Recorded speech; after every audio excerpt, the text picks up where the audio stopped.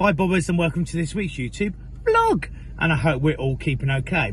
Warm in here, turn that down a bit, there we go. Thanks everyone that subscribed as always last week. It's fantastic. As I say every week, we're absolutely blown away by the subscribers, and please keep them coming, so thank you. And as always, the comments we get, we love your comments. Feel free to comment more because we love them, and I do get back to everyone as quickly as I can as well. Also, thanks for Ben for doing a Ben takeover, because if it wasn't for Ben, we wouldn't have had a vlog last week, purely because I was doing quite a big install in Chelmsford, which was 2 sapphires. And as we just had a sapphire vlog before, I didn't think you wanted another sapphire vlog, even though they're my favourite. But there we go. There'll be more of them in the future, but yeah, not for a while. Moving on quickly to this week's vlog, we're going to do a bit of a techie one. We haven't had one of them for a while. It's a Wallstar. It's a Wallstar Combi. They've got no hot water, but they've got heating. Funny enough, if you put the heating on, you do get hot water. So yeah, that's a bit of a clue for me. There's no 3-port diverter valves inside a Wallstar Combi like you see on Worcesters and stuff like that. I'm suspecting it's going to be a diaphragm issue just by the way the faults come in, etc, etc. But we'll find out. So I'm on my way there now, and basically I'll see you at the job. Let's get on with this week's YouTube vlog. Okay, so here we go. One Wallstar Combi, expansion vessel up there. Obviously you've got the bit outside, which is where your burner, etc. is. Okay, so, and here's all the controls here. So the idea is when you turn your hot tap on, which is here, it basically comes like now lukewarm, and then it goes cold again. So if I leave that turned on and we just pop this down here, we'll see that the pump hasn't kicked in. The customer reports that when the heating's on, the hot water works. So I'm suspecting it's going to be a diaphragm issue, which is there. So what we're going to do next is we're going to turn the tap off. There's my lovely van. Okay, and I'm going to just nip that combi switch off here, and then we're going to get into where the pin is that would operate that, and I'll be back. So here we go. So just to get this switch off, which is here. Okay, you see it's double mic switch there. You've just got the little clip that you pull off there of your old long nose pliers, if I haven't shown you, so sorry about that. Okay, so you can see there is your pin. So if I turn the hot tap on now, I'm going to try and line my phone up because I'm going to try and be cool, like so. I'm away from it now. I'm going to turn the tap on. That's flat out, and as you can see, the pin doesn't move. Okay, if I then get my pliers in here like so, it's not seized. It moves nice and easy. So I'm suspecting that the diaphragm, which is in this end here, has failed. It's got like a bit of plastic in there and obviously a rubber diaphragm, and they're quite common to break on these, the plastic part of it is. So what I've got to do now is find some mains somewhere.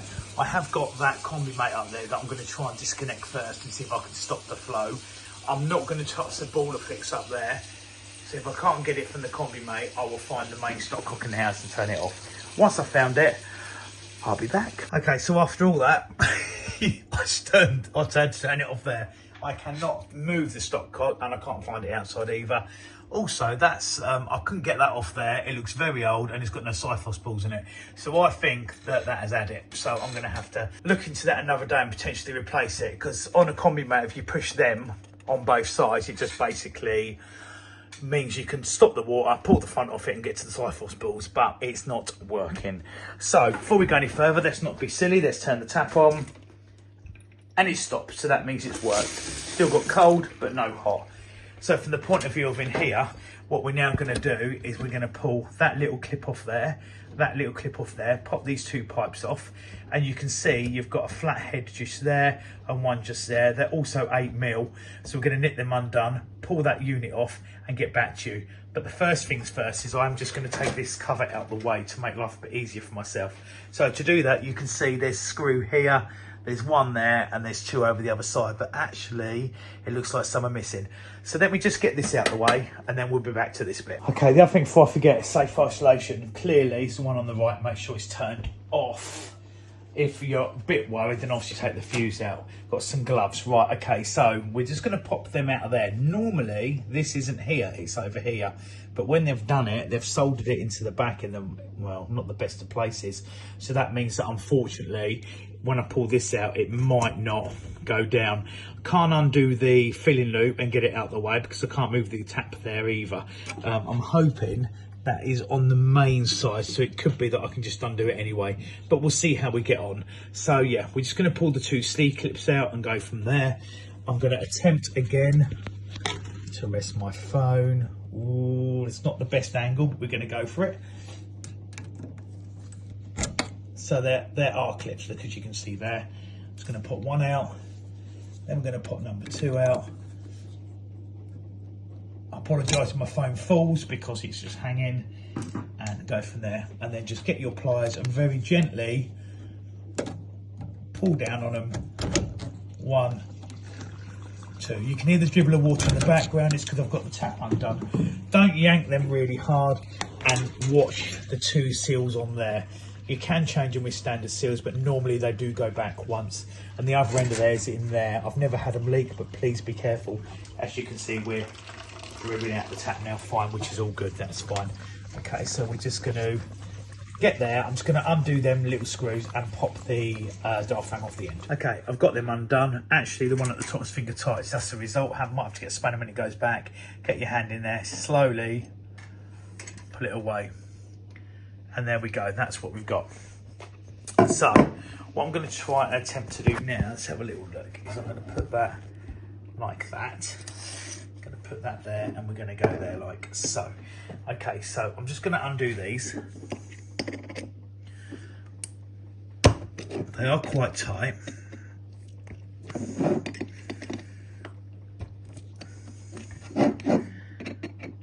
I'm hoping you can see that, because as I say, I've just got my phone rested.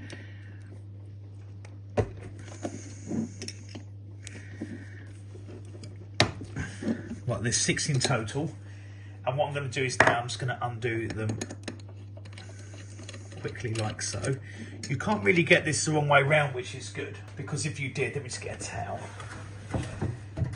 When you put this back together, you can't get it wrong because it sort of locates, which is a good thing as well. So there we go. Right, let's just crack on with this. So what I'm guessing I'm going to find is a split diaphragm, or I'm probably suspecting it's more likely to be the bit of plastic.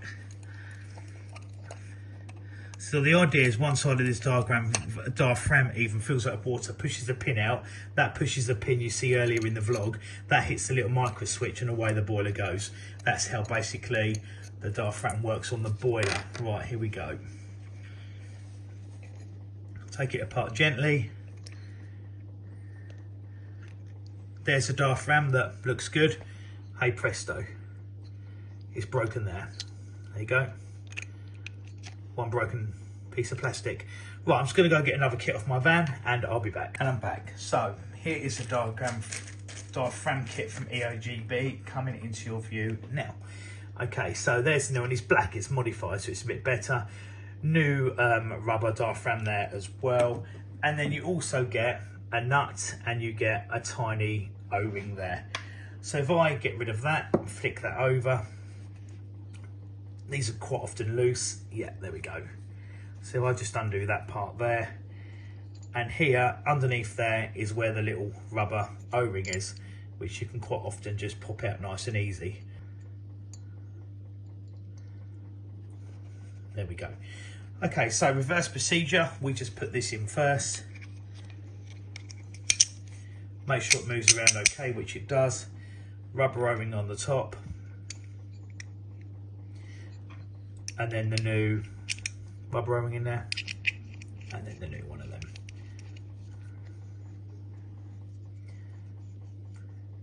Okay, I'm just going to give that a nip. You've got to make sure that this, as you can see, it moves nice and freely. Okay, so that's that bit done. I'm now going to insert the new diaphragm into here, like so. And then basically we put A and B back together again.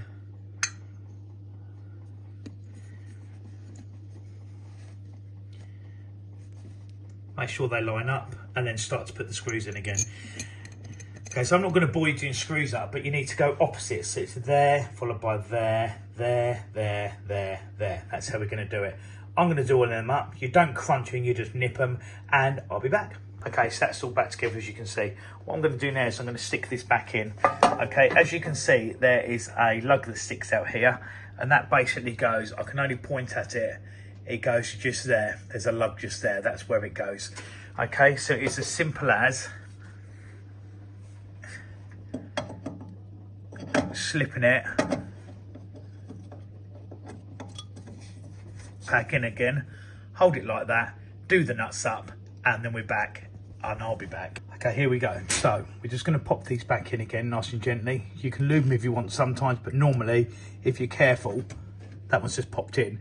Now when you pop them in, don't go in at an angle. As you're pushing about to come in, get, like for example that one, I pulled it very slightly that way, same as that one that way. Don't go mad because you're going to disturb that, but you should just be able to. This one's going to be a bit harder. You can see I'm just putting a bit of pressure on it now. In. Okay, C-clips back in, or not C-clips, that are clips. You should better get them in nice and easy. You hear it click in, number one, and then number two, but I need to get around where the camera is, so I'm just going to pop that one in and then we'll be back. Okay, they're back on. You can see the R-clips in there. I've been back up to the ball of fix. I've very slowly introduced the water because just make sure that these are in properly. I did miss once and have one pop off and make quite a mess. So yeah, just a little tip there, just go really slowly. Now I've done that, we're going to turn the tap on really gently. Okay, and just wait for any air to go. As you can see at the moment, that's still in the same place, the pin, just there. But what I'm going to try and do, let me just pop this up if I can. I'm going to have to hold this like so. I'm going to have to try and do both. I'm going to turn the tap on more now.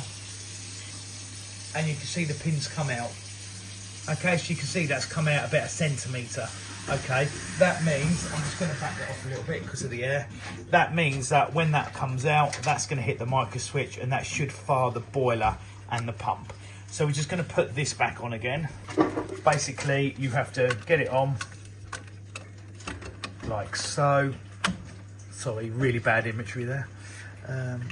Okay, you hold it in place like so, and then we pop the little horseshoe shape part in again. I'm just going to do that, wherever it's gone, there it is.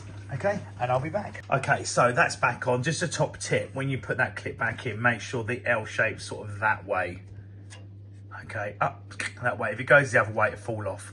So just to recap, we came here, we had no hot water, only if the heating was on. We took the combi switch off the end here, out the way. Okay, we then turned the tap on, that pin did not come out. We suspected diaphragm, we turned the cold main off, we then disconnected the 2 R-clips out of there, pulled the pipes out, undone the 8mm or flathead, whatever you want to use, took that off, undone them, changed all the broken parts, including the seal that are here, here, and here. Nothing wrong with that, but it comes in the kit. Put it all back together, but you must do these up opposites, and then we plop that back in into the locating hole, done the 8mm or flatheads back up, push them in, but remember you pull these slightly that way to get them in square, put the R-clips in, put this back on. Now we're going to power it. Okay, so what we're hoping now is that when I turn that cold hot tap on even, that's going to fire up, and hopefully that means we should get hot water. So here we go, going on now. Bingo. Okay, so that's just come in like it should. That's absolutely fine. We're just going to give that a couple of minutes, 30 seconds, to make sure that that's going to start warming up. Because even though the tap's only there, I do know from experience in the past that that goes up and absolutely miles around before it even gets to this tap. It's crazy. There you go, that's getting nice and hot now. Yep, lovely and hot, so we can turn that off. Okay, and that is it. So we're just going to put the boiler back together. That will turn off like it has now because I've turned the tap off. And I'm going to put this back together in reverse order. So we're going to slide the plate in here, do the screws up there. And then this part here will lift. We're going to obviously put the screw in there, so that's back, pop the front on, and then we'll give it one final try. I'll be back. Just before we go any further, just so you're aware, on these is a pressure gauge, which is here. Okay, that's the pressure gauge. If that drops, then obviously you've got your filling loop, one end there, and one end is under there. Okay, so that's how you check that. Okay, as I say, I'll be back when I put it back together. Okay, that's that back together. Okay, absolutely fine. The boiler's running absolutely fine, no problem at all.